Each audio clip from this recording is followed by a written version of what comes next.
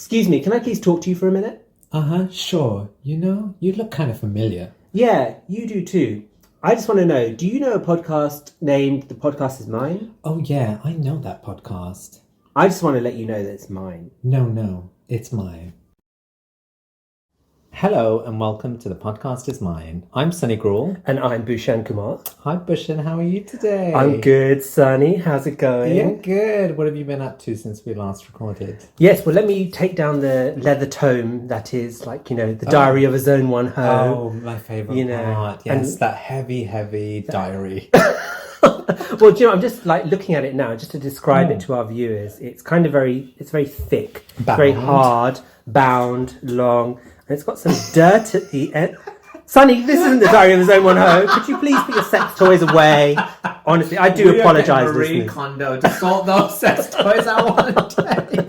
First, you need to give those a good Dettol wipe. I don't know if they'll get rid of everything on there, but there'll be nothing left. Yeah, exactly. Oh dear. Well, so my entry to the diary of a Zone 1 hoe. This week I've been a fitness freak.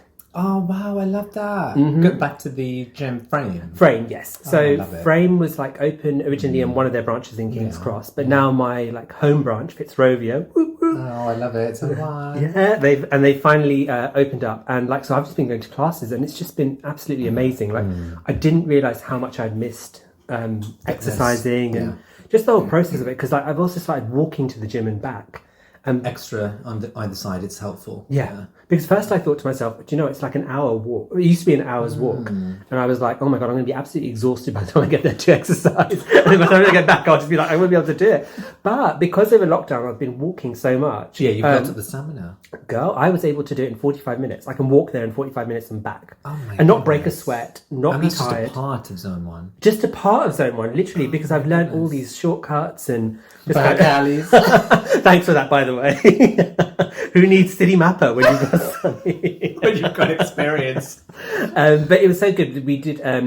We're doing dance cardio, which is basically where they play 6 or 7 songs in a row, and you just don't stop dancing. So, do they teach you a particular move for each of the songs? Yes. So the teacher, for every 16 or 32 beats, for the first 8 beats, the teacher will show you the moves, and then you replicate it. It sounds harder than it is. Yeah. But when you're actually there and you're following the teacher, and also the other thing is as well, it's no one's judging. And literally, it's such a non-judgmental space. So that's what you need just when it's dancing, don't you? Yeah, you don't want anyone to be like, oh no, she didn't get the moves, or he didn't do this, he didn't do... There's none of that. And we would dance, and there were so many great songs in there. There was 2 Gaga songs, Stupid Love and Rain on Me. Oh my God, both great songs. And I think everybody collectively just lost their shit. We were so into it, in a good way. Yeah. Afterwards, I couldn't stop smiling, and I was like, what is this? I almost, broke my Botox doing that. You were twerking, that's why. Twerking, yeah. But it just felt so good to dance. I forgot how much I've missed dancing, and it's just been wonderful. And then the walk there and back has been so good. So you were twerking all the way home? Literally. You were dropping it like it's hot? I was doing the WAP dance. If you know, you know. I don't know the WAP. Do you not know WAP? No. Can you break it down for me, just in terms of to help us understand? Well, so it's Cardi B and Megan Stallion. And WAP, you know what WAP stands for? What is it? A wet ass bleep. And if you want to find out, you have to listen to our OnlyFans. Have you not? I can't. I'm going to show you this. I presume it doesn't rhyme with Enos. It's going to be. It rhymes with hussy. Yes. It's definitely. It's what you've been putting that leather thing in that I found earlier. That's my shoehorn. Exactly. But it's what was I saying? It's taken over TikTok and Instagram. I can't believe you haven't heard of it. It's because I haven't got TikTok. I'm just so away from the masses on that page. I need. It's because in your ivory tower. We're content creators. I don't watch other people. True. Girl, all right. Tell me what's your entry into the diary. So I stayed in Zone 1, but I went to the other side of Zone 1, which is really far when you go on the circle line in the wrong direction.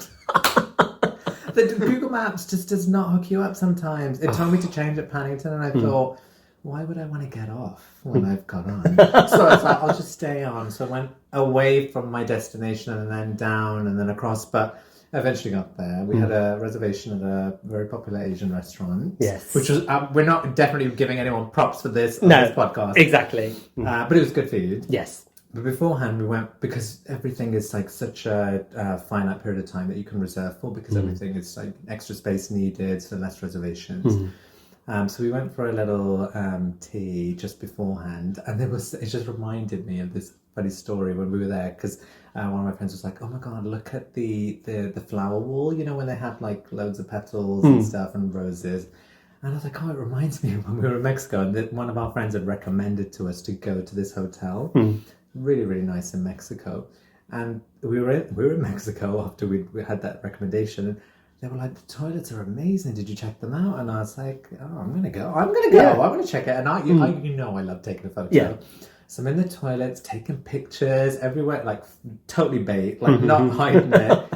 And then I was like, strange, these toilets though. Yeah. And then I came back and I was like, they're very girly, aren't they? And they were like, oh yeah, they're nice though. And I was like, but why are they so girly? I've never seen like little benches in front of mirrors and stuff. And they're like, oh my god, you went to the women's. I was full on taking photos of the women's toilet. I just did not even... Pervert alert, pervert alert.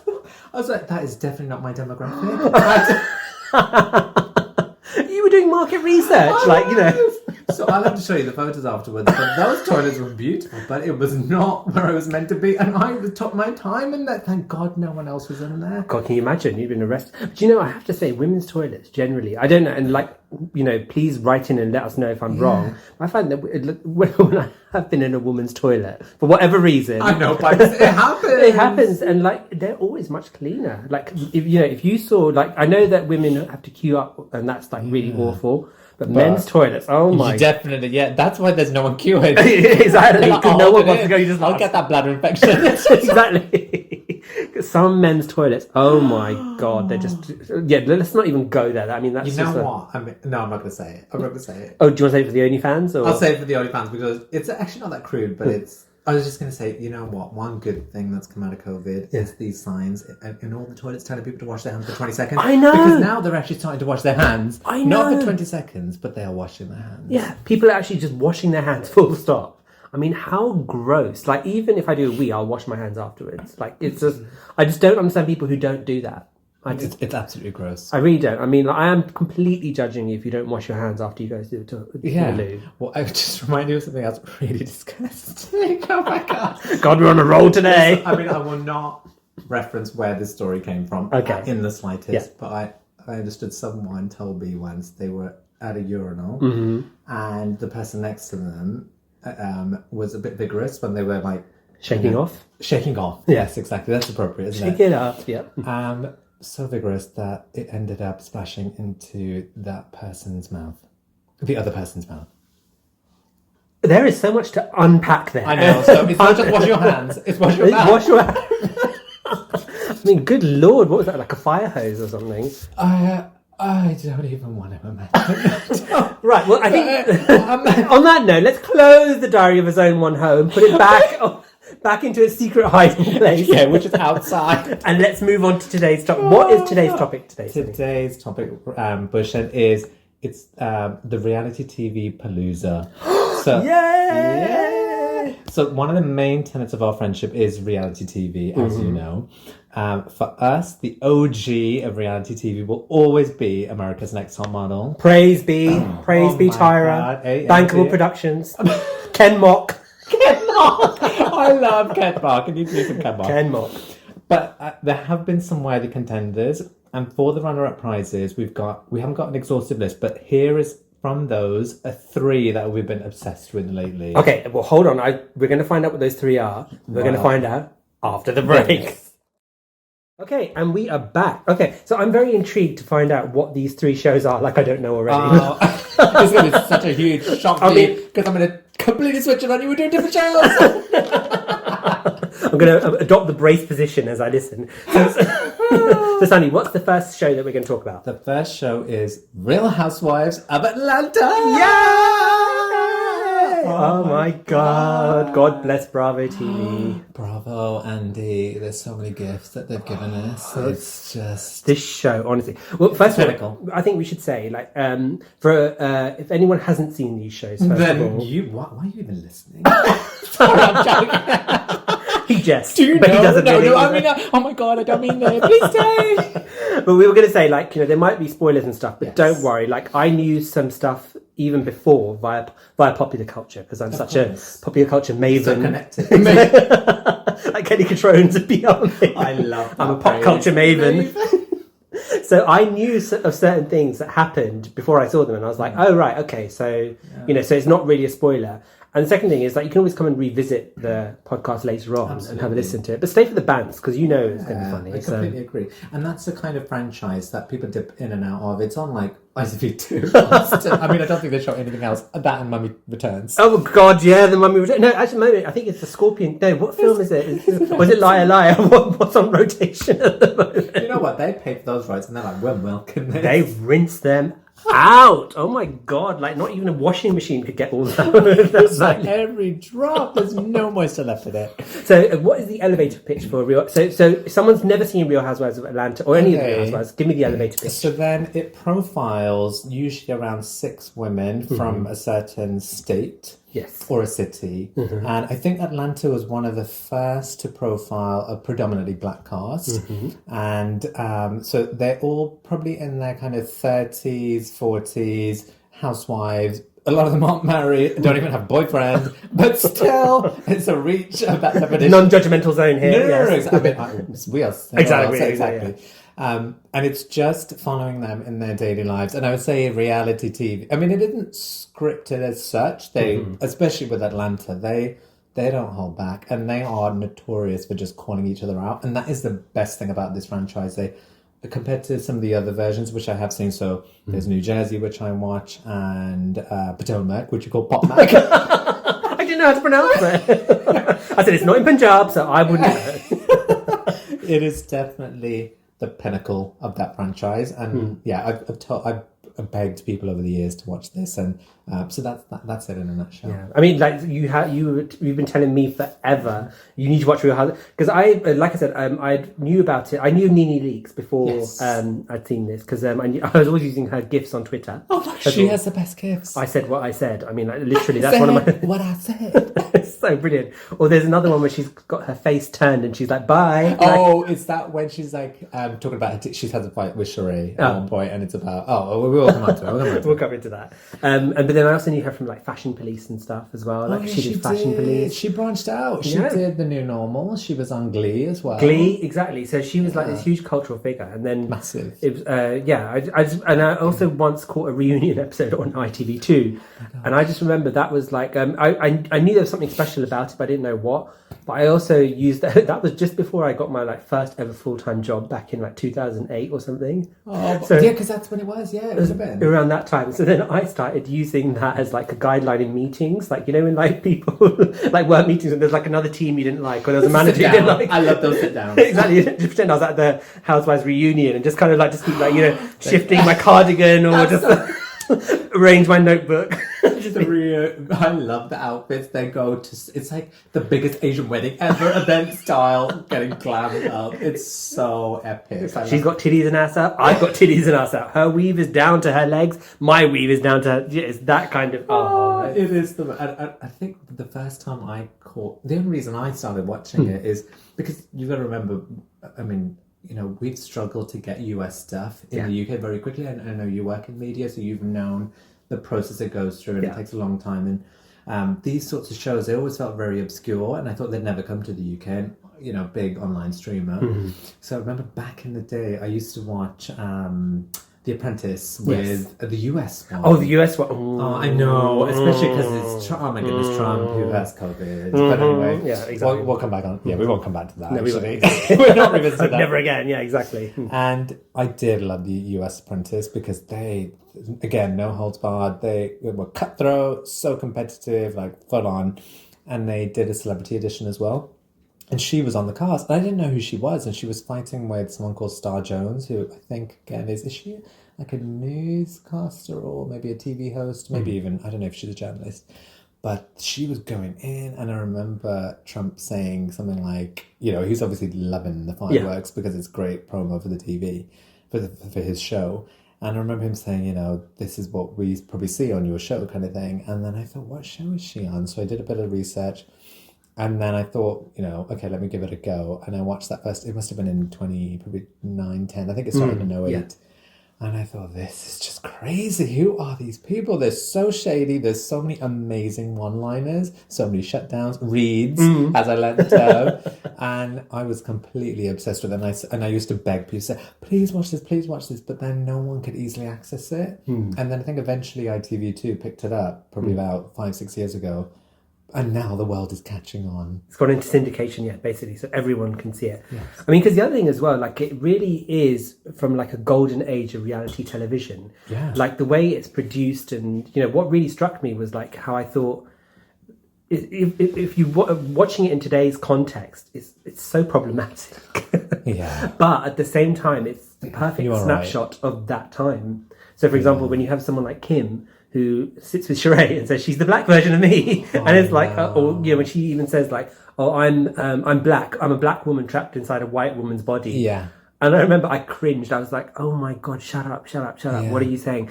But also as well, it speaks to a more kind of innocent time, because there's this like Facebook and Twitter are looming in the background. Yeah, but then, everyone's still using loudspeaker on their Nokia A3. Well, no, just like, hey, I just wanted to bum, and you're like, do you know what? So many problems would be solved with a WhatsApp group. But what scares the shit out of me as well is like when they're driving and they've got the phone on and you're like, hey girl, like they have fights while they're like on the motorway, and I'm like, oh my god. And they always go they go for the jugular. Yeah. They do not deep. hold back. Like literally, they just want to move your wig. Just want to shift it a little bit. There are so many. So actually, let's get on to one of the first questions. Yes. So Bhushan, who is your favourite character and why is it Nene Leakes? Well, exactly that. I mean, when I was watching it, I thought that I would probably like somebody else, and there might be someone better. But it's Nene Leakes all the way. Like, I am Nene Leakes. I think what it is Nene reminds me of me. Oh my gosh, she's amazing. That's why I love her. Yeah. I love that when she goes to like a party, like she'll be creating a racket in the corner. That's exactly what we do. Oh god, we are like that. And then also like because I've only seen the first. So for full disclosure, I've only seen the first 2 seasons. So this is a good way to kind of explain how we access the content. Yeah, exactly. Okay. So I've been watching it on Netflix because Netflix is the first 2 seasons. I understand that other seasons are available on Hey You in the UK, yes. Which I've been too tight to get, but I will. I'm going to get now. It's a big commitment. There's a huge number of seasons. But I am going to get it now. But like, for example, like when Nene and Candy. So Candy's another good example. I knew Candy from that song back in the day. Don't think I'm not. Yeah, exactly. When you're out in the club, don't think I'm not.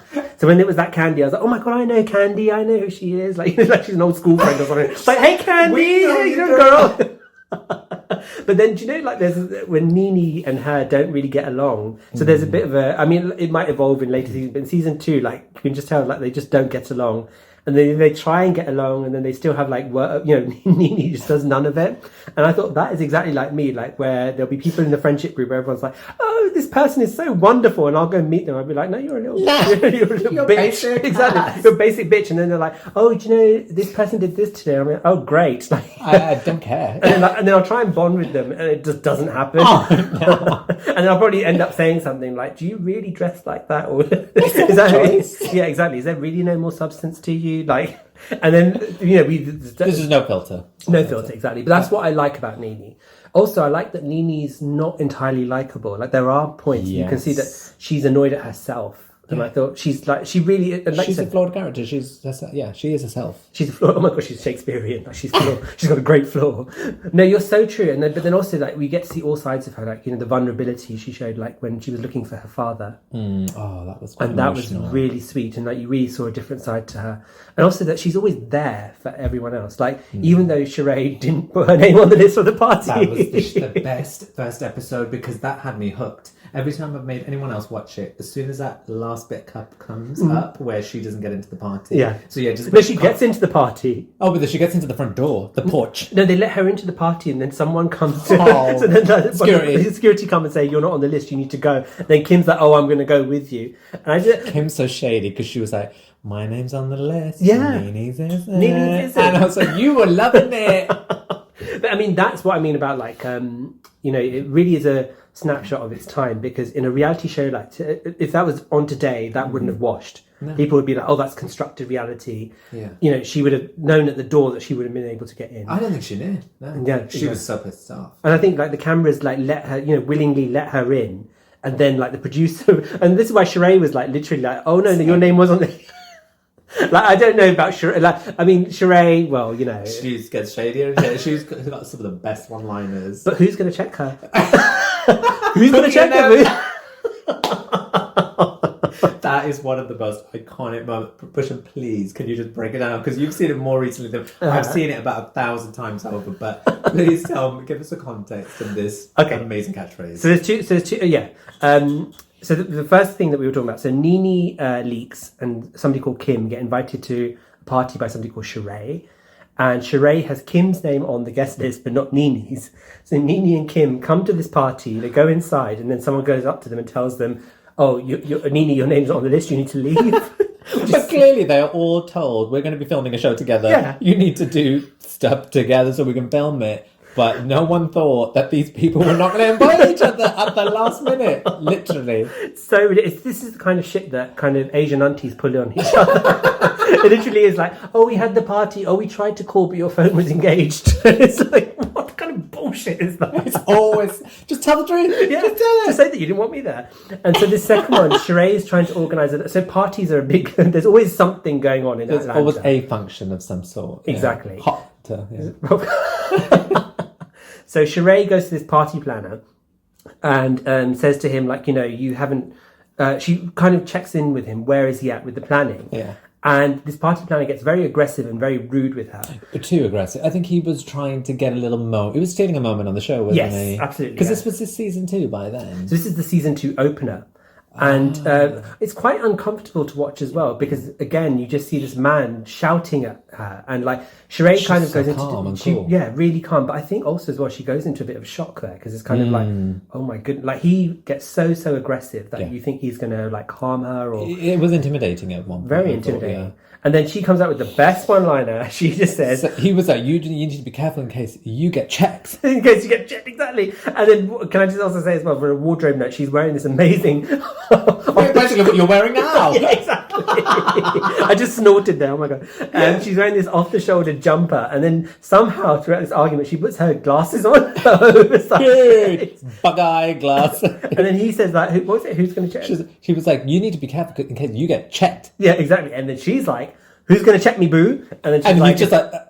because he has no idea what to say. He's so embarrassed. And she's like, are you okay? Yeah, and then she's like, who's going to check me? Pookie and them? And then it's like, who's Pookie and them? Apparently that's a famous the video afterwards when they say, when she was like, I was about to call Pookie and them and come whoop your ass. And then I had to search up that is the rap. I think it was in the reunion. They say it's like, that's what you call who are Pookie and them. Yeah, it's exactly. I need some Pookie and them. That's the kind of thing you have in Wolverhampton. And in any Punjabi community, actually, it's like Pinky and them, like, you know. Pinky was always a butch one. Pinky always. She was always a butch one. She knew, girl. Like, honestly, she could have, like, you know, shot put for Punjab.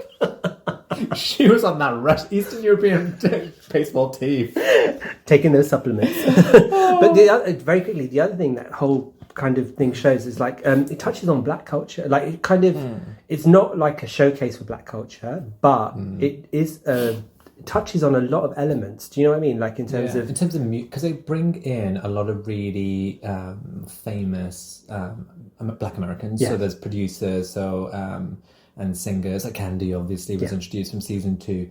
And I think that's nice because all those references I loved, because like when Candy came on, she was like showing all of her Grammys and the plaques, and there was a pink plaque because she produced Pink's first single. There you go. There you go. So what's the song called? There you go. Sorry, what's the song called? No, there you go. There you go. Sorry, what? No, joke. I thought it was Most Girls First. Is it There You Go first? That was the second single, yeah. And so when I'd see stuff like that, I was like, look, these people are huge. They've had a massive impact. I mean, obviously, the thing that she's really famous for is No Scrubs by TLC. Yes. She wrote that. She was obviously a member of Escape, which is a huge R&B group as well. Mm-hmm. But she talks about this on the show, she could never really write her own kind of hit track. Like she was very good at collaborating with other big artists. And I loved that element of it. It kind of showed you, look, these are the faces behind some of the huge stars that you probably already consume in some way or another. That whole kind of industry. Exactly. But then there's another side of it, which I know that the producers get a lot of stick on, is what kind of representation is this of black females? And you know what, there are some really tough moments to watch. I mean, these are the fun, shady bits that we talk about, but later down, because I'm completely caught up. I'm on season, I think it's 14 now. Trust me, we got so much to go, but it's such a it gets extra shady from like a few seasons in. You'll start to see it's like really cutthroat, and there are physical fights on there, which it happens on a few of those franchises. Yeah. But I think it's unfortunately more, and this is they've always say to one another that we need to hold ourselves to a higher standard because we are, representing black women. And I feel like that's unfair that they have to be judged more critically if they do have any kind of physical altercation. But those moments are huge, obviously, as well. And that's why I think I sent you a link to Real Housewives of Potomac because there was a really big fight recently. Huge fight. Although I was totally distracted. All over what? Tell me about it. The first reaction, and I didn't even notice this, and it speaks volumes to your amazing who I am, exactly. Like literally, you sent me this clip, and I just saw, oh my god, there's so much Fendi and Gucci in this. Like, everyone's wearing like autumn winter Gucci Fendi, so everyone's got like a poncho on, or a wrap, or a scarf, and then there's like Fendi there's like a table full of Gucci and Fendi bags. And I was like, oh my god, what am I meant to be watching here? And then when I think it was Monique gets pulled away into another room or something, that's when I realised, oh shit, there was a fight. And I had to scroll back and see what happened. You're the only one that didn't see the fight. Because I was distracted by the bags and coats, honestly. They are so label heavy. And this is one thing I didn't really know much about Georgia and Atlanta and a lot of these cities, because I don't know, it's just not been probably a travel destination for people like us who live in Europe. But they are so labels obsessed, and they're very, it's just, it's a very different vibe to what you get in New York. I don't know, when you see more of Real Housewives of Atlanta, you'll see that actually, look, it's a complete small microcosm of a community that they're just about showing off. And that's why I love it. It's just like, who's got a bigger house, shading someone's house that's built in a ditch as it goes later down in the season. It's honestly one of my favorite shows to quote in terms of one-liners and shady moments. I feel like I am who I am because of this show. So if you hate me, then you're not going to watch this show. But I have to say, there's two things. Like, I remember one thing that came up, which you told me, and I think it also came up in my research as well, was how this particular franchise, the Atlanta Housewives, has added brand equity. Like, it's one of the best performing shows in terms of, like, it brings in the money. Because I remember the only other Real Housewives franchise I've really watched is New Zealand. And I've never seen that. Oh, don't bother. They're really basic and boring. So the first episode, there's one black character in it. And one of the white ladies says something really racist. The next two episodes are kind of the fallout of that. Then there's like this muffled apology in the beginning of another episode. And then it's kind of like glossed over. And I was like, well, do you know what? If this had been any other franchise, they would have chucked the dinosaur out and like got somebody else and really addressed it. But it was just such it was so dull. And but then when I saw Atlanta was spicy. It was kind of like, Atlanta was like really, I don't know, it was juicy and it was They're fun. They're trailblazers, they really are. And I think every other state tries to replicate what they do, which is, because they typically have, I think they've built this into the model now, they have like a trip or they go away somewhere together. And that's usually when things kick off, because there's drinks involved and other people's husbands are around, so it gets even more shady. Oh gosh. Yeah, it gets that low. Because the other thing I was going to say as well is like the Housewives thing, it's kind of like a cheeky title as well, because then do you know what I mean? Like it kind of challenges your connotation, like what you think housewives are, because these women also, yes, they are wives, mothers, daughters, etc. But they're also like business women. Like they're really clever that they, like you said, their whole thing is kind of like seen and be seen. Go to these parties, go to these shops, be wearing the right label. They've managed to monetize that, make careers out of it, and they showed that they're far more entrepreneurial than we would think. Like that they've created a whole industry around them. Yeah, about their own brands, basically. They are their own brands, just by being themselves. Because Sheree, actually, I think one of the biggest selling T-shirts is "Who Gon Chat Me Boo." Who Gon Chat Me Boo? I was like, we need to get one. We need to get those, exactly. Like, bravo! Please send us stuff. We will wear it. We will promote the show. Oh my god! But who's going to check us, boo? Bravo and them. Bravo lawyers and then paralegal. Yeah, okay, we forgive you.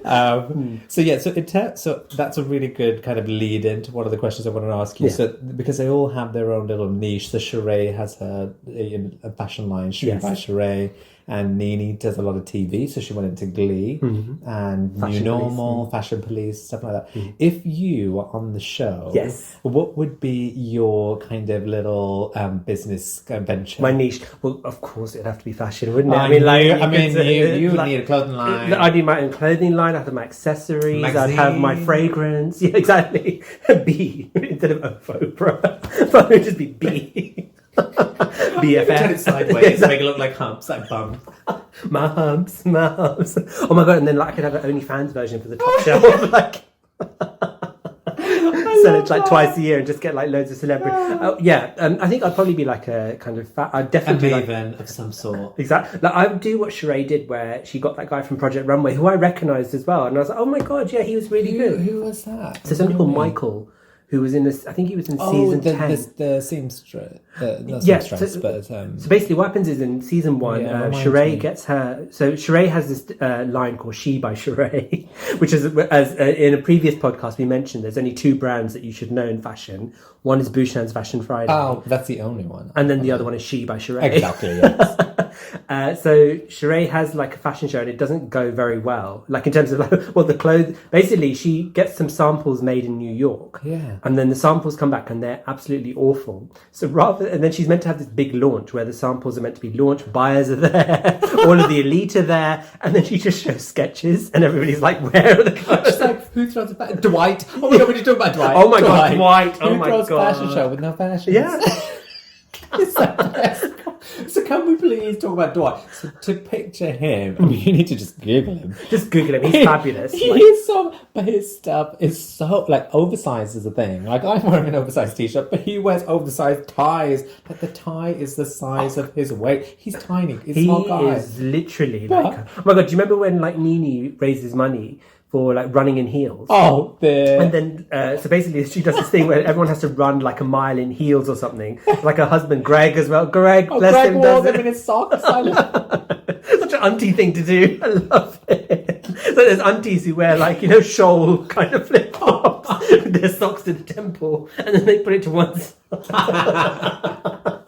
And I remember Dwight comes wearing this leotard and then heels, and he's so slender, super slim, and it was super figure hugging, nothing left to the imagination. But then he had a penis enlargement, didn't he? Because remember he says in the reunion of season 2, and he's very open about it. Because he's had a lot about his nose. His everything. He is plumped. But I love that when Sheree did her show, because then another character, Lisa, does a fashion show. And Sheree turns up late because her son's recital was that day. But she came up not even dressed. She comes in a hoodie. And I say, it's that time when we went out to the Bollywood club and we were all dressed in lines and you were there in your cardigan. And then someone came to check you. I got checked. You got checked? Oh my god, Pookie was there. Pinky and Pookie. You got checked by Pinky. Oh my god. Pinky was like, Sunny, is that you? And you were literally oh my god, I wish I had dressed. Fluorescent cardigan. Oh god! So then Sheree, and then Dwight kind of critiques the whole collection. Then he helps Sheree put on this really good show. So you've seen that bit, haven't you? Yes. And then and he does a good job. Very good job, I would say. Yeah, a lot of credibility, props where it's deserved. Yeah, no, absolutely. But who would you be on the show? What would your profession be? Oh, that's a really good point, actually. I mean, in later seasons they start doing fitness DVDs. There's one called the Donkey Booty DVD. I mean, I don't have the Donkey Booty, but I could get that. Is that where that comes from? I've heard of that. Donkey Booty. Yeah. So there's this amazing character who is my absolute favourite, who a lot of people don't like, Phaedra, or Shadra Park. Phaedra. Phaedra she's this high-class attorney who is just, oh my gosh, she's married to this really hot felon, basically. He was like, wow, you married your client? Seriously, how did you meet him? But she was a lawyer as well, so maybe I could still do my day job and pretend corporate hoe, and then have a felon on the side, and then do a Donkey Beauty DVD. So she defined, which cracked me up. I remember she was walking with Sheree down the street, and she's like, "Sheree, your butt's amazing." She's like, "You got a big old reindeer butt." She's like, "I love that big old donkey booty put a stank on it, and I'm like, oh my god. So then she started producing her own workout DVD, Donkey Booty, and yeah, it was on Amazon Prime. I need to get us a copy.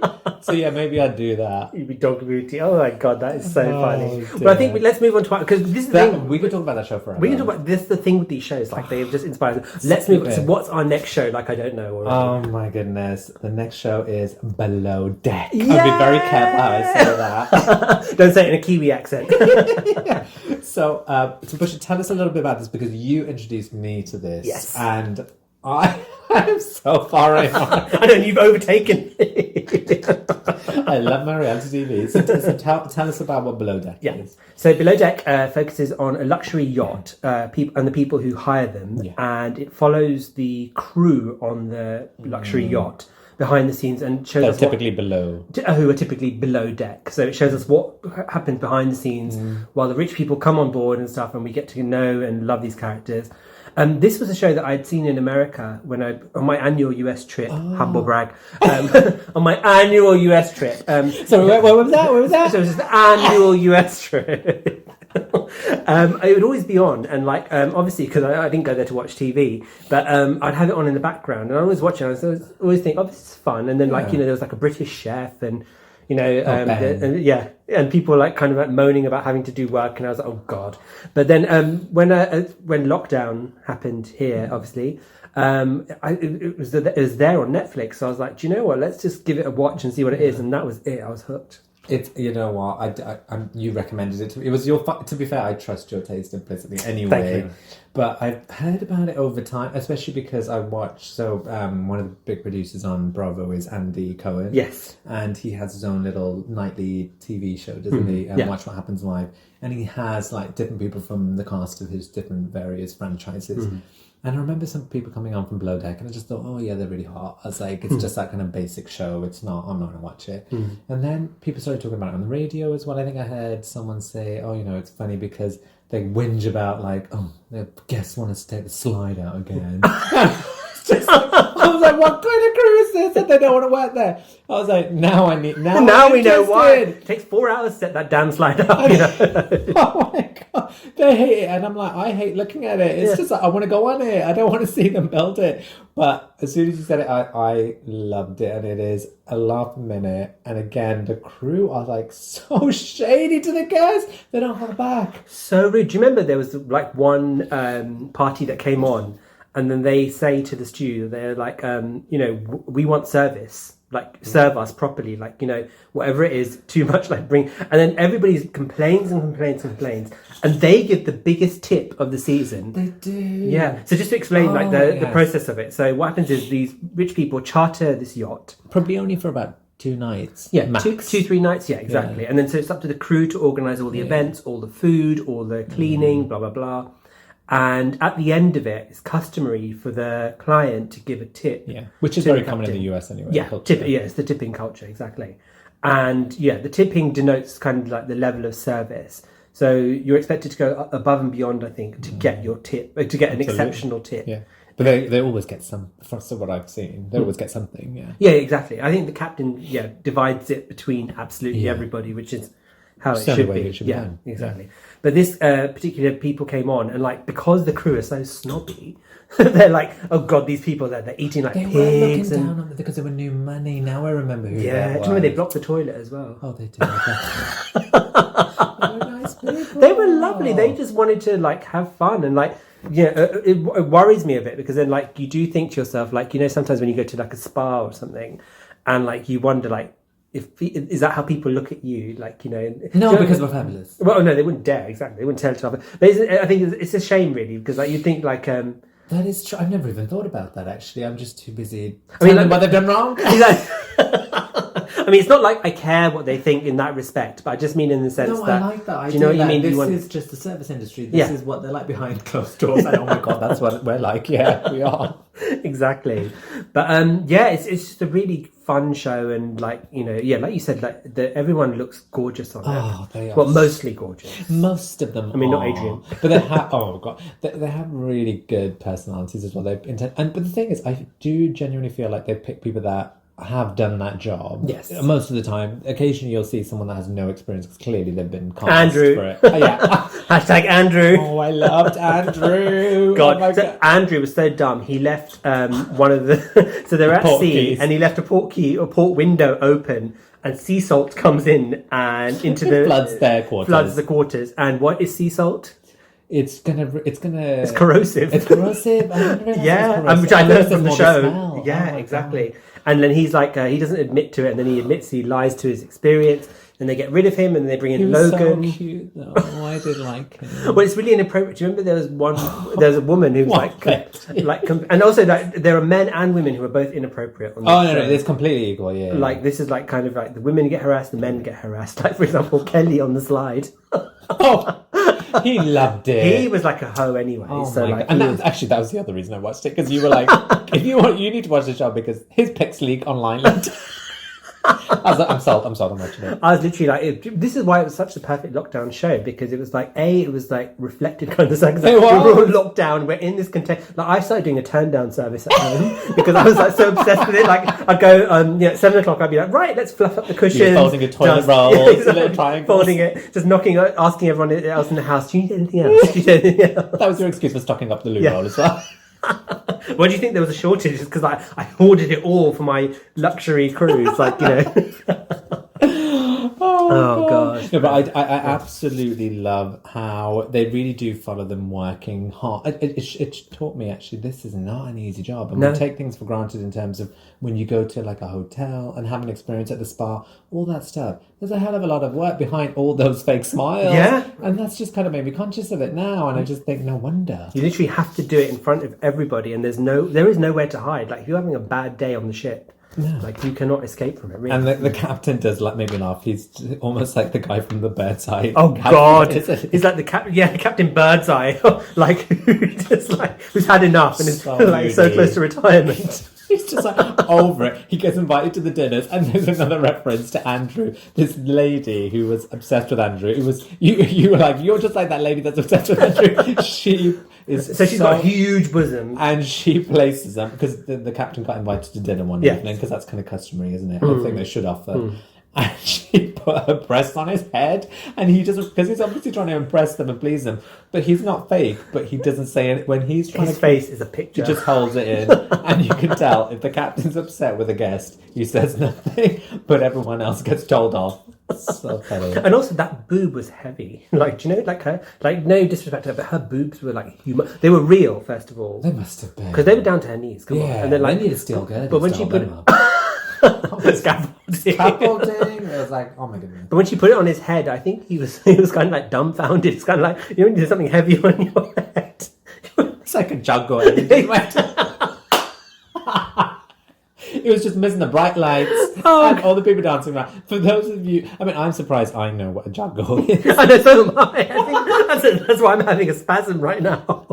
What? Don't you I don't know what it is. I don't even know what it is. Juggle is. No, I know what it looks like, but what does it mean? What does it symbolize? So way back in the day, in Punjabi villages, when there was a wedding about to happen, because weddings was of such great cost, there was this idea that... and because you were going to invite everybody and everyone was going to be fed at the wedding and stuff like that, you'd have something called a juggle. So a juggle is like a steel container. It's decorated with like Christmas decorations or like kind of very jazzy decorations. Jazzy is the word. And then what would happen is the wedding party, the bridal party would go to everyone's house and with the juggle. And the idea was to announce to the whole village that like, there's a wedding about to happen. Yes. So, you know, give us £10 because that's going to cover your like food and stuff like that. And the whole village would muck in and like give you a tenner. But it was just this idea. It was the start of the festivities. Because then obviously, like as we've discussed before, Punjabi weddings are like 5 years long with 1 million events and 5 million outfit changes. But it's another reason, sorry to interrupt, it's another reason they do that is because a lot of the weddings, it was customary to have an introduction or like an arrangement. So they wanted to go to the whole community to find someone that was suitable. So as soon as they were found, it was also a way of saying, look, stop sending people. Is this something completely made up? That's completely made up. I don't know who told me that. I thought I maybe made it up. No. It's a great story, but it's good, but it's not right. Depends on who you are, maybe. I mean, but yeah, it was more like a kind of, it was just a way to get the whole village involved and stuff, and like it was just more to announce that it was kind of the start of proceedings. Like some Hindu Punjabis, for example, hold a prayer meet before, then they'll do a jaga, and then they'll do. But like I said, like there's so many regional differences. I mean, we're from the same. Our parents are from the same town in Punjab, and we do things differently. Yeah, it's you know, true. so it's weird. I love how we got sidetracked. Below deck to jaga. That is, you're never 6 degrees away from a jaguar. Actually, so that was below deck boob jaguar. It's like, what? Only the podcast is mine. Only the podcast is mine. It's the only way to get there. Don't get this content anywhere else. I feel like we've already been answering some of the next question, but we'll still pick up on a few other hilarious ones. So it's favourite moments from the show, and we've talked about slides and the fighting and the bitching. There are another couple of them which you've just reminded me of. So we've talked about the woman with the boob. It's one moment with our chief stew. Yes. And she is trying to please these guests. So I think these guests they're all gay men. Yes. So very high standards, bitchy, difficult, and they are perving on everyone and each other, and we are perving on them as we're watching. But they are such hard work. And they're giving her such a hard time. And because she has resting bitch face, which I think a lot of people suffer from. It is a real condition. Oh, absolutely. And I remember when I first... I've forgotten her name. Kate. Kate. I remember when I first came across her. Did she get introduced on the second season? Yes, because so the chief stew is the person who looks after all the kind of service side of it. So they do all the kind of like serving of the food, the laundry, the cleaning. Oh gosh, that looks like hard work as well. Gosh. Constant laundry, constant ironing. It's mind-numbing. It's non-stop. And then also making drinks as well, serving drinks. Oh my goodness, yeah. And serving the tea afterwards. Literally, on the reunion. And she's got this kind of demeanour where it really means business because she knows her job very well, so she's very committed to it. But she has some amazing one-liners, and she's like cutthroat sometimes. But I don't think she necessarily has an intention to hurt people. It's just that's her personality, and it's a bit sense of humour. Yeah. But these guys are just not having any of it. They're like, you know, can you show us a smile? You've got such a pretty smile. She is not impressed, is she, at all? So Bhushan, tell us what she does in retaliation. And it is, you know what, I didn't do it. By the time you came up, there's a blanket on my bed at the corner. I should have laid it out. You were meant to today. The one thing I asked you to do is preparation. So what did she do with the basically, it's actually quite an uncomfortable scene to watch, isn't it? Because it's this idea of like these people are just like, can you smile? Can you do this? Can you do that? And like it's all these kind of like men kind of like saying taunting her. And also I really felt for her in that moment because, like you said, she has an expression which may not be perceived as friendly. That doesn't mean she isn't a friendly person. You're right. It's just their perception of it. So she just basically gets so upset, and there's kind of, because you're on this boat, you're in this kind of contained quarters, you have nowhere to express it. Exactly. So when she's doing her turn down, she makes his towel on his bed into the shape of a penis, and then she takes a picture of it, and then obviously it blows up into this whole incident, and everyone's like, and she's like, oh, it's not a penis, it's a rocket.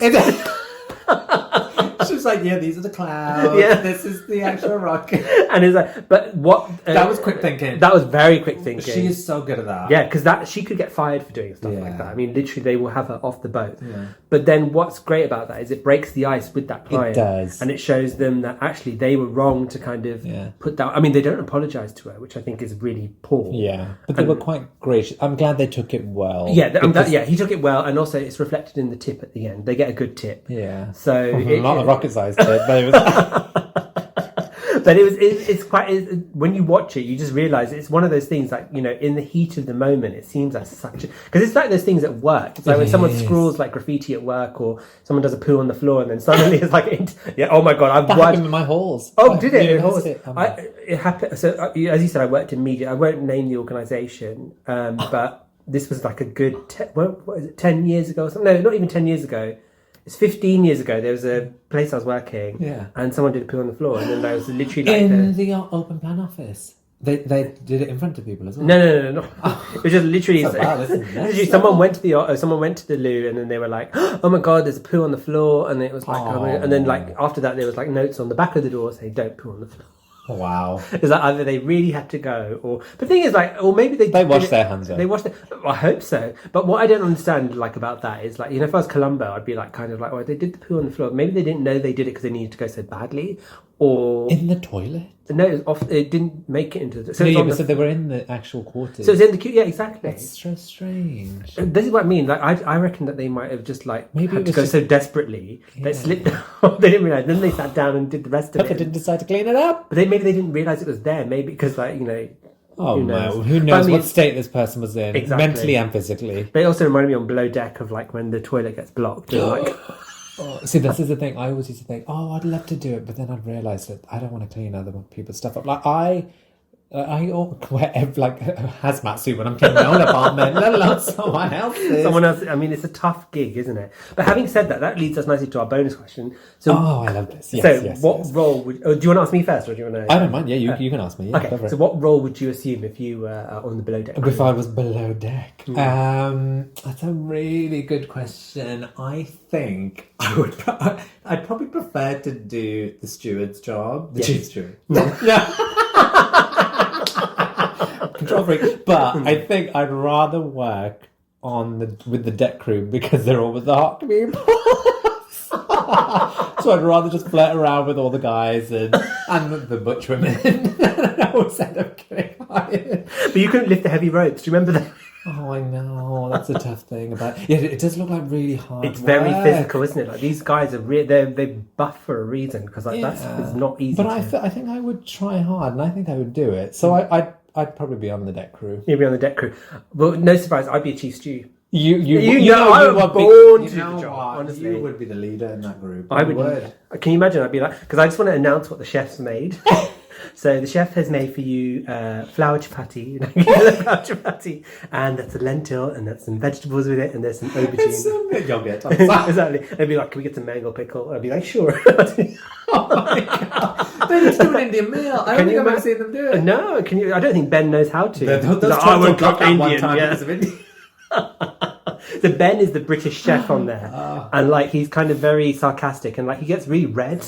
He's very like Gordon Ramsay in terms of his mood swings. Is that a chef thing? I think so. It must be, and also because he's got like a Really tiny off-putting. kitchen, which is like the size of a table, Oh yeah, the galley. It's and then like he's got to make all these meals. they do incredible. You know, that's one thing. I mean, I don't know what it tastes like, but That's shit. it probably does. I mean, I also think it's a part. Like, when you hear the guests kind of overreacting to how tasty the food is, I'm like, is it really that good, or is it just because of where you are and you want people to think, look, Yeah. it's a fabulous experience? But I don't think they paid for it. Let's just kind of take the curtains back a little bit. The beef curds. Yeah, I don't think they paid. Because who would want to pay to have their holiday filmed unless it's a discount? They either pay less.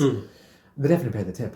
Maybe the tip is what they pay, because then like I think to charter one of these yachts is something like 50 grand a day. Oh, day. Yeah, that makes sense. Something to me. like that. does day make for sense everybody. to me. Yeah. So I think like maybe they just agree to pay the tip. So then actually if you divide it between like 8 people or however many there are, it's actually value for money. You can go on a cruise for like $2,000 and just have like this camera crew. And also if you think about it, the camera crew don't really follow you around. You just make the demands, so they can. The producer probably comes up to you and like says, "Oh, do you want another cocktail, or do you want something like that?" And then like they can see Kate's having a bad day downstairs. That's so true. Go and ask her for another cocktail, and they're like, "Hi, could we get another?" And she's probably like, "Because what I love about the reason Kate is my spirit animal is because she's brilliant. She's super judgy, and I love that. Like she looks at their handbags and stuff, and that's. I remember once I made this comment to one of my former managers where I was like, if you're going to buy a Louis Vuitton bag, don't go on the bus because that's not what. This is what. Oh my god! That's why I was thinking about getting a really nice watch, and I was like, I don't think I live that lifestyle. Yeah, like a Rolex or something. I was like, so many people have Rolex, and I'm like, but you get the bus. But you get the bus. Where are you going to wear it? Like if you're going out to regular benefits But it's nice and to be dinner, nice. it's nice to have. You can have it. Like, have you don't have it. Have it. Yeah, but have it. But I just mean like in the sense that if you're going to use that as your everyday bag.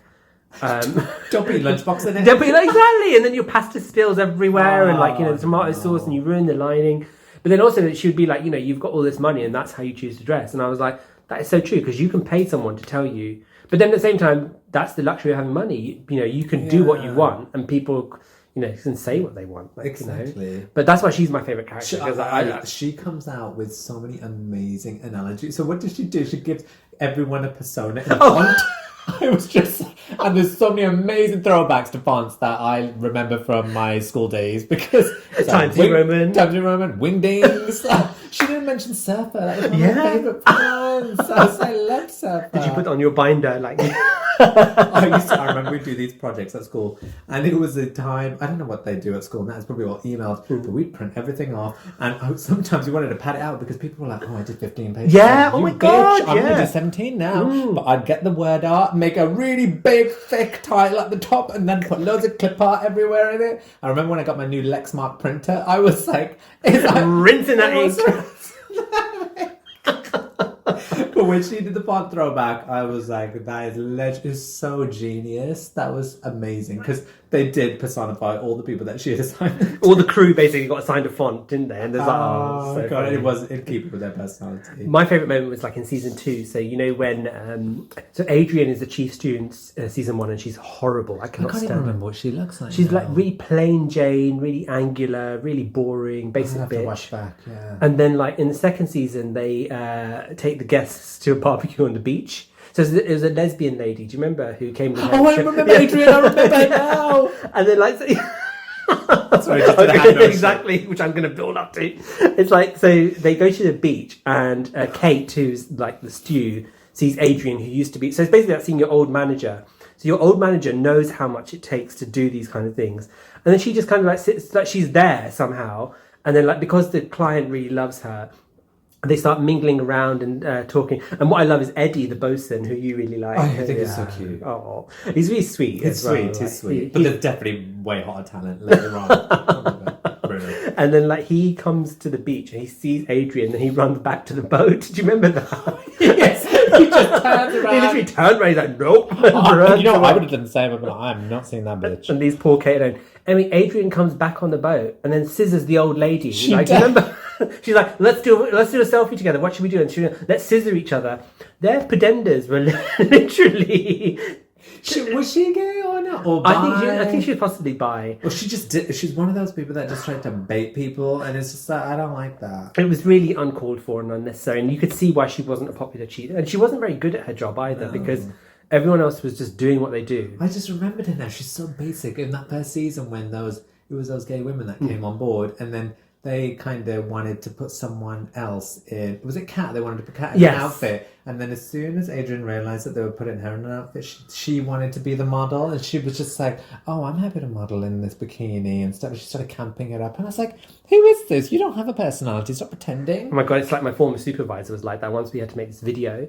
And, when she kind of saw my portions were amazing. And then she was literally like, had me kind of like cut down, and me and a few other people cut down. And then she had her own basic portions put into it.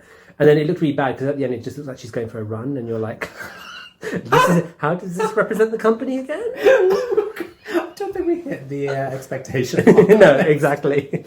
Oh my God. But yeah, so that is another amazing show that we've been upset. Thank you, Bhushan, for introducing me to this. My pleasure. I trust you. I mean, so many other people had said it, but then as soon as you said you've got to watch this, it's like, Bhushan it's got that stamp. It got that stamp.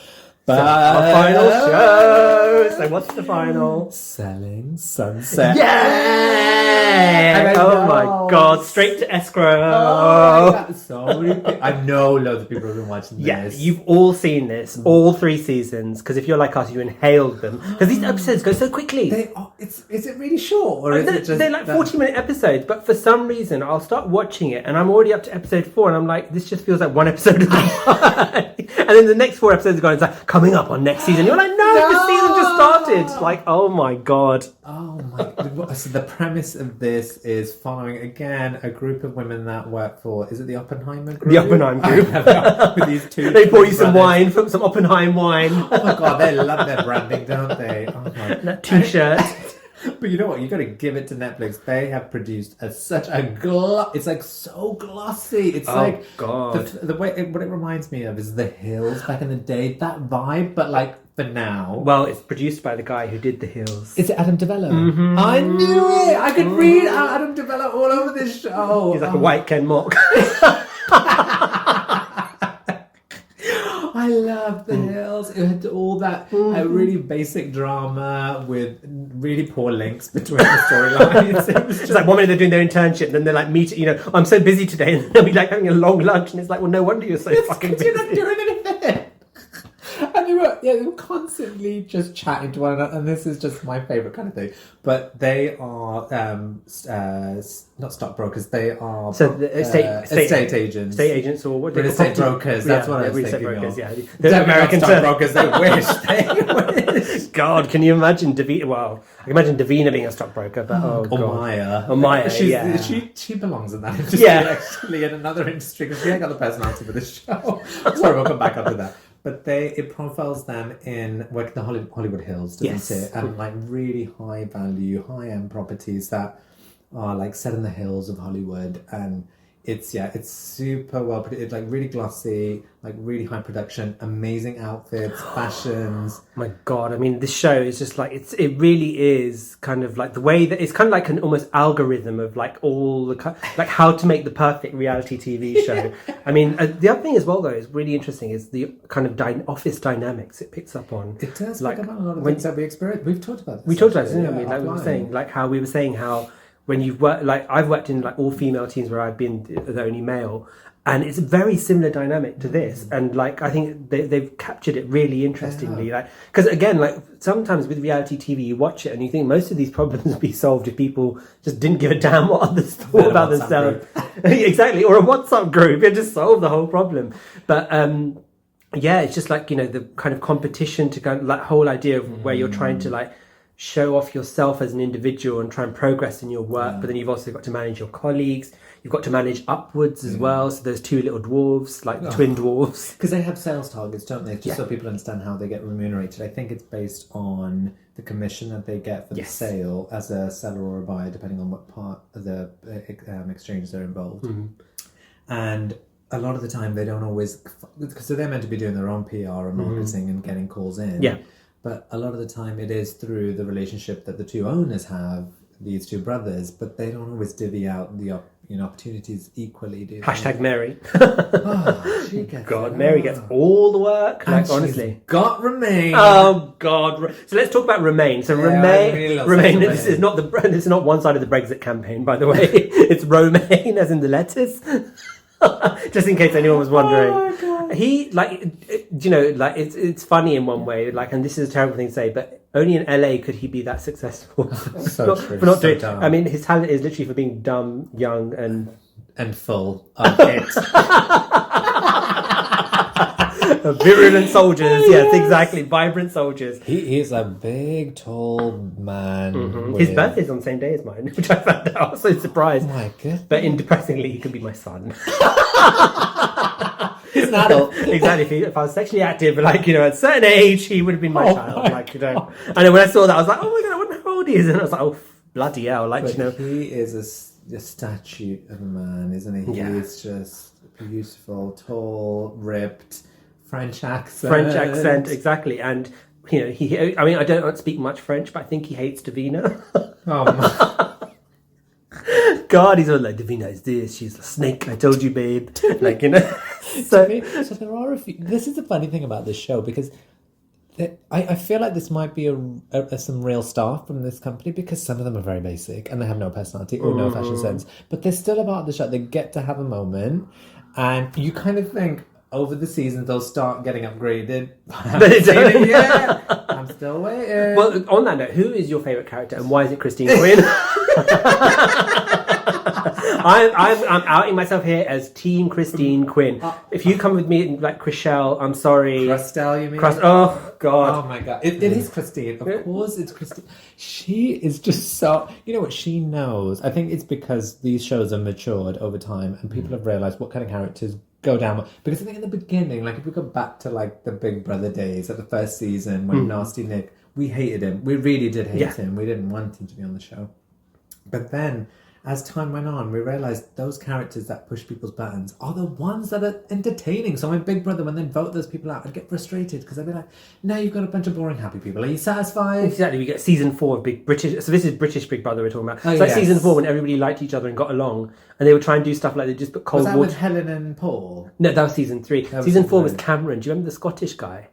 He was, See, we don't even remember exactly. it. There was no, I don't even remember it. Can't even remember who won season 4. I have no recollection. See, we need characters like this. But also, I like that Christine is unapologetically herself at work in the sense that, like, you know, in that environment, if you're all nice Nancy, you're not going to get any commissions. You're not going to get anything. You do need to be a bit assertive, and that's hard to do. Especially when they had to deal with that guy. What was his name? That horrible man who's got the compound. Remember the 75 million house? Oh my goodness. Avi or something. Was he Anand or what was Russian? Something like I think it's Russian. Adnan. Yeah, oh God. The 75 million listing. Well, it's too high. It's far too high. Because it's too basic as well. Oh. I didn't like the styling. Well, the whole thing, do you remember? Millionaires have views. Yes. Billionaires have, what was it? Oh, I can't remember. It's that amazing catchphrase that you just can't forget. Oh no, that was it. So millionaires have views, billionaires have compounds. But that's it. Yeah. That's exactly it. But it looked like a prison because, yeah, like you said, you couldn't see anything.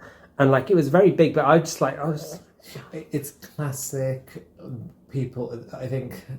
what am I going to say? I'm not going to say it actually. I would say, but some people have a taste where they just plow huge amounts of money into things, and they think that creates value. Yes. And having, you know, this statement that I've got the most expensive property. I see this sometimes at work with certain type of clients, and it's just that kind of mentality, and it just puts me off because it makes me think, look, you can't decide the price of something; the market will decide. Yes, exactly. And the market says no. I didn't like, but yeah, when she got grilled, didn't she, by Adnan? And she did quite well, I thought. She held up under that, and I just thought, because it kind of put me in the frame of mind that kind of Naomi Campbell gets a lot of criticism for being really difficult. But I realised when you think about what... I can't wait to talk about this. I know. But it's just the idea of, like, when you think of how far... Like, if you think back on your own careers as well, like on our own careers, how much we've had to go through, how much kind of...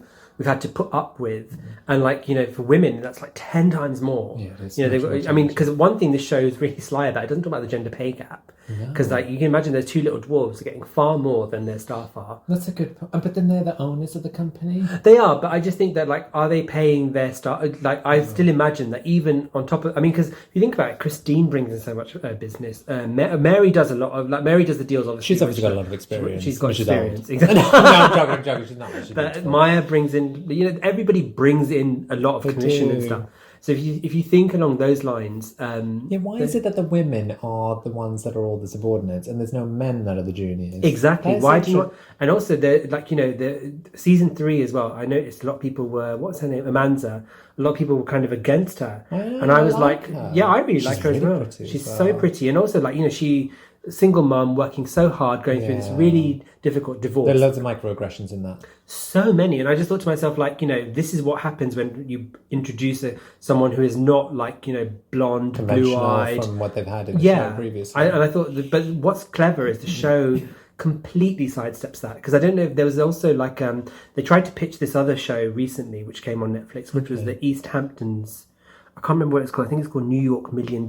Oh, is it the similar version of this, the East Coast version? I do remember. I think I asked you and you said it was basic. It was dreadful. I'm not watching it. And basically it's the same, it's kind of that similar Same premise in the principle, Hamptons, but it just didn't work. And also because there was like one black staff member and the whole thing turns into a witch hunt against him. And, you know, the show just sanctions it. And I just thought to myself, that's just so awful. But I think what Selling Sunset does is it manages to kind of like circumvent. It doesn't go into that area at all. You know, it's not that show, is it? It's just not the platform to kind of explore. And these people, I mean, I don't think they can represent that. No, exactly. Dilemma it's not where I'd expect. But it's interesting to observe it as like a viewer where you think to yourself, oh, this little microcosm, like, you know, how they kind of interact with each other. It's true. It is literally like privilege battles. It's like kind of like, well, look, I don't have to worry about this, and this, so I can just, you know, and then it does turn into this kind of like me, I want. And it's like, well, why should you have this? Oh, because I'm privileged. But it's like, but I'm privileged too. So what happens when privilege meets privilege? Like, how do you deal with that? True. So I think that's a really fascinating like aspect of it. But I mean, that's why I liked Christine as well. And I think she was right to be suspicious of Chriselle, although I don't like Chriselle's former husband. I've been watching This Is Us. I don't know if you've seen it. I haven't, no. He's in that, and like everyone's like, so what is he now? Is he a sports person? And he's actor. He's an actor. Okay. And she's an actress as well. Oh, you were getting very bad one. You can tell. Yeah. She's currently in Dancing with the Stars, which is like I did hear about this. Yeah. You know, it's so frustrating because I tried to like her, but you know, after I heard I was the smelly kid. About 15 times. We're like, I hate it when, like, really, like, I mean, she's obviously a very attractive woman, and it's just like she's trying to be relatable by making references to stories that maybe she thinks the basic people, because that's what I feel like she sees a difference in the smelly kid and herself, and it's like, look, I like that you've gone on a journey and you've progressed, but I feel like you're using that in a really, like, you're shoehorning it in. Yeah, literally. Up, like your shoehorn, It's like, I was like, I'm sick of that. So that's why I don't think she's sincere. And she kind of did swan into this business and think that she was put up, honestly. Yeah, exactly. I was like, I thought you're not the ringleader here, so just get over yourself a little bit. And also, when you go into a new place, you need to prove yourself. You can't certainly you can't just go in and expect everyone to fall at your feet. No, like, you've got to come in with something so shit hot or be so good at what you do. That takes time, and also it takes time to settle in. And I think that she was... And she had no experience in the job either. No, exactly. And then do you remember when she told about Maya's pregnancy? Before, Maya had even... I mean, that's the kind of shit that you don't pull in your probationary period. No. You really have to kind of build people's trust up and stuff. Yeah. And, then I'm not surprised... And also, the other thing with Christine is because Christine probably had to fight off so many contenders to be Queen Bee. And then, she's not going to relinquish that. I mean, you can't just let some bitch come in and take your spot. No. It's it doesn't work like that, you know. And Christine, the other thing we're going to talk about is how she's completely sponsored by Balenciaga. She's not worth anything. She did breakfast, lunch, and dinner. Balenciaga. But then she's always got Louis Vuitton as well, and Louboutins as well. Well, can we talk about the best scene when she had... Oh my goodness! Okay, I was going to ask you this question, but tell me your favourite moment, Bhushan, because it's my favourite moment as well. I think it's when is it Christine, Amanza, and Chriselle go to this house and they have to climb up these stairs, and Christine is wearing these 9-inch or 6-inch Louboutins, they're like leopard skin ones, honestly, amazing. And she walks upstairs, and then to get back down the stairs, she has to walk backwards. And it sounds as ridiculous as it is, but the way she navigates she wanted everyone to see her body. Yeah, I mean, it's like complete. She choreographed that. If you fast forward it, because if you do it in reverse, it looks like she's climbing the stairs perfectly. Like, she's not even kind of spotting where she's using her instinct. She practiced it. It's a moment. And those Louboutins got no grip. Like, she's brave to do that. Honestly, that's. And then, I love the fact that she has parties. She's like, oh, well, let's have a zebra there and Cirque du Soleil. I mean, that's our kind of girl. So she's, I want it really down to earth and homey. We'll just fly in Cirque du Soleil. And the party plan is literally there, we'll give you anything you want. And she's like, and it's like, no, you have to deliver this. And I love that she's I'll just ask my husband. He knows a couple of billionaires. There's a property lying around. I love that kind of humble. There's no humble brag. It's just brag after brag, and then do it on top of one another in front of each other because they're like, I want to be better than you. It's so competitive. It's so funny. But then I love that. If you contrast Christine's wedding with Mary's wedding.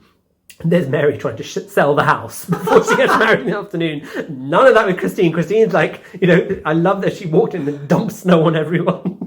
That was exactly the kind of shit that I would pull, because no one's looking better than us. Everyone's hair got destroyed, and she ended up being the most beautiful woman. And I was like, that is how you do it. She did the shutdown. I wanted it to be longer. Yeah, I needed a season for we her need wedding a whole day. episode. Yeah, I would like to see how it was all made and stuff. I mean, do you remember when was it? No, she went to see Mary to apologize. I love this apology.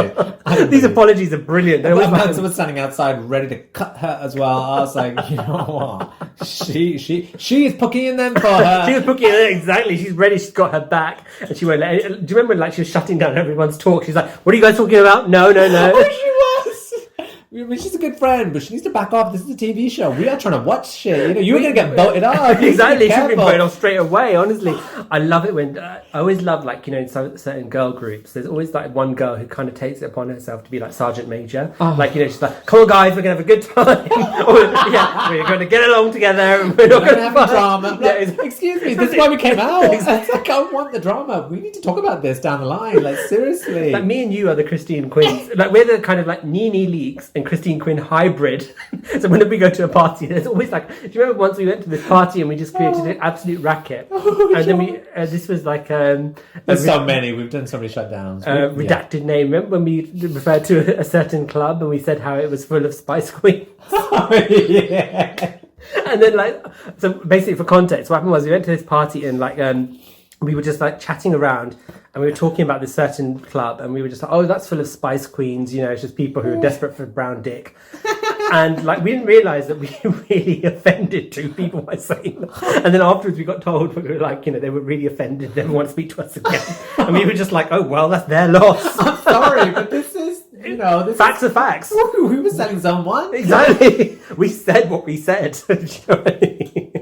We don't want to sit down for it. No, exactly. It was so, oh my God. And also we didn't even think that was offensive. We were just kind of we were just doing, just kind of making the party happen, really. I love that. But you know what? Another thing in the show, this is another reason why I watched it, because you said to me, because I kind of hesitated, and I've got another few friends that said to me, watch it. And I was like, okay, I'll get to it. And I just thought, it just seems a little bit kind of superficial. I mean, I do love some of that stuff, but I thought I've got plenty of that. Yeah, too much, yeah. Balanced diet. So much on the roster. But you were like, Sunny, you just got your flat, you love home decor. Yes. And it's so proper eye porn, isn't it? For houses. These places are absolutely incredible. And I love it how sometimes they occasionally whinge about, oh, I've got another apartment, a condo. Yes. And it's still amazing. It's like only 2 bathrooms, only 1 pool. And then the people you see that walk around as well, they're all the people they're selling to, they're really dynamic, interesting people that have obviously made it big in the industry, and you kind of get a little bit of insight into what their talent is. And it just makes me think, oh my God, these people are so lucky to get a chance to live in that place. But then I also do wonder, would I want to live there? Because it seems kind of like there's no... Is it just because of the show? Because I haven't been really explored LA, the Hollywood Hills, but it doesn't seem to have any vibe. And is that because people don't want to have that kind of chaos around them? We live in a big Zone 1 home. We're Zone 1 house, exactly. So we're used to the buzz. There isn't a buzz. It's strange, LA, because I remember the first time I went there, I felt that way. But then second time I went there, the city kind of opened itself up to me. I think it's because here we have we have Zone 1 and New York has kind of Times Square. Yeah. No New York has Times Square. No one goes there. But do you know what I mean? It's got a central kind of hub kind of thing. Just Manhattan, basically. Yeah, Manhattan. Yeah, exactly. And so I think LA is, because it's more spread out, you do have to kind of travel to places and stuff. Things, don't you? It doesn't get delivered to your hand, and you have to drive. And you have to drive everywhere. Because I think also the other thing as well is that a lot of these people buying these houses aren't looking to do that, where everything's brought to them, so they can afford to have that level of service where they have their shopping delivered or meals delivered. Right. They don't need a high street. Probably the only places they go is probably to the airport, to their second homes, or international travel, or for work or something. And they want privacy. They want good weather. They want a community that is in keeping with their lifestyle, so they don't have to worry about things like homelessness or anything. They don't want that. To them, they don't perceive that. It's a completely artificial. Artificial, yeah, it is. And the thing is, the scary thing about that is it can be taken away so quickly as you get it. Do you know what I mean? Yeah. There's no kind of safety net or anything. No. So I would say, yeah, but you're right though. There is a kind of vacuousness to it. And it really kind of Which is quite attractive. It is quite. It is. But again, watching it during lockdown, it's kind of the escape because it's a complete escapism. Complete escape. You just imagine yourself. If I had that $44 million house, I'd be having parties on the roof. I'd be doing photo shoots here and there. I'd be literally. Imagine Fashion Friday. Oh my God, I could do a lifetime of Fashion Friday in that building. Honestly, goodness. You've just got all the space in the world, and then I love looking at the commissions as well. Because during lockdown, I was going to estate agent windows and looking at prices and being like, what's the commission on what's the commission on that? Trying to calculate it, failing miserably. But I was like, yeah, the property porn is just incredible. And some of the houses are it was interesting. When Amanda and Heather had to decorate that house with art from that gallery. This was the recent season. Yes. And I was just thinking about what you were saying. It's how people think, oh, well, I'm going to put a Banksy in there. I'm going to put, a Jackson Pollock in there and all these kind of artworks and think that that's going to make it expensive. But it doesn't. It's like, you know, it's the house. A good house will always sell. Like if it's got the natural light, it's got the, you know, the location. Exactly. And, the ambience that you create. Yeah. Do you remember that one where they someone wanted to like live near the office or something? Yes. Was it Chriselle? So the first property she showed them was shit, and they were like, "This isn't what we wanted." Oh, she told him. Yeah. Is this the one where she had to pick between her and Christine? Yes. I couldn't believe she picked. Oh, was it that one? No, because she picked Chriselle though. She picked Chriselle though. And then she told Chriselle off.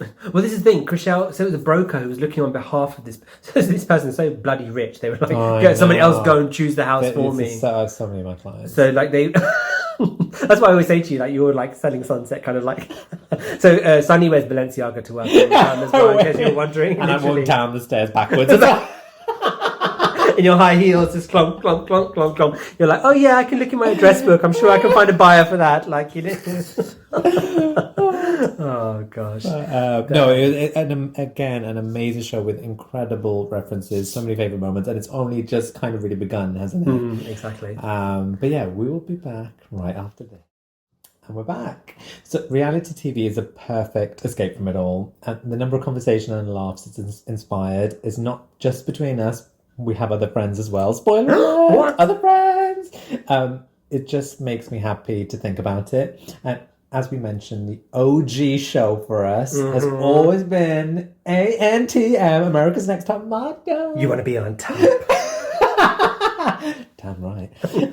And to do the full and complete justice, we're going to be devoting a full feature-length episode to it, aren't we? Oh my god, I can't wait. This is like so exciting. You know when they trailer it at the end or something, it'll be like, coming up this season on The Podcast Is Mine. I only have 2 photos in my head. Yeah, exactly. Oh my god. And then they'll be like, sort of like showing one of us collapse and then like ambulance coming. Or like one of us getting up and like, taking off our thing and turning to the producer, turn my mic off. This is done. I'm done. Throw it on the floor and walk out. Yeah, exactly. In the toilets, the producer's like, there's like subtitles. It's like, are you okay? And then like, you just pull my wig just to see. Shift it a little bit. Just shifting it a little bit. That's so exciting. I can't wait for that. So if people want to get in touch with us, how can they get in touch with us? So on Facebook and Twitter, our handle is @ThePodcastIsMine. No, it's not! No. Oh my god! Oh my god! No, I'm joking. It is. No, it's not. Oh. So on Facebook...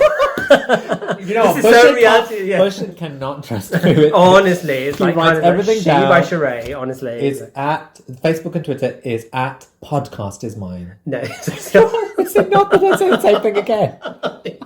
@ThePodcast. So I will clarify. So you can contact us on Facebook and Instagram @ThePodcastIsMine. Okay.